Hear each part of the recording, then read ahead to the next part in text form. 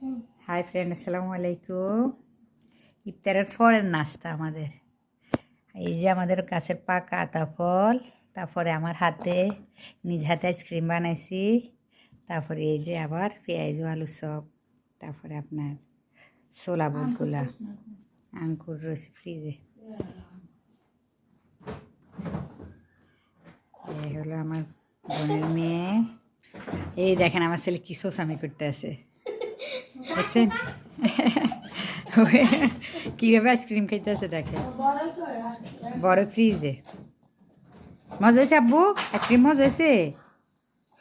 মজা, বাজারের মতন মজা। আমি পারি, আমার নিজ হাতের আইসক্রিম দেখেন, এই প্রথম বানাইছি ভ্যানিলা। এই দেখেন ওরা দুজনে কীভাবে খাইতেছে, আহারে।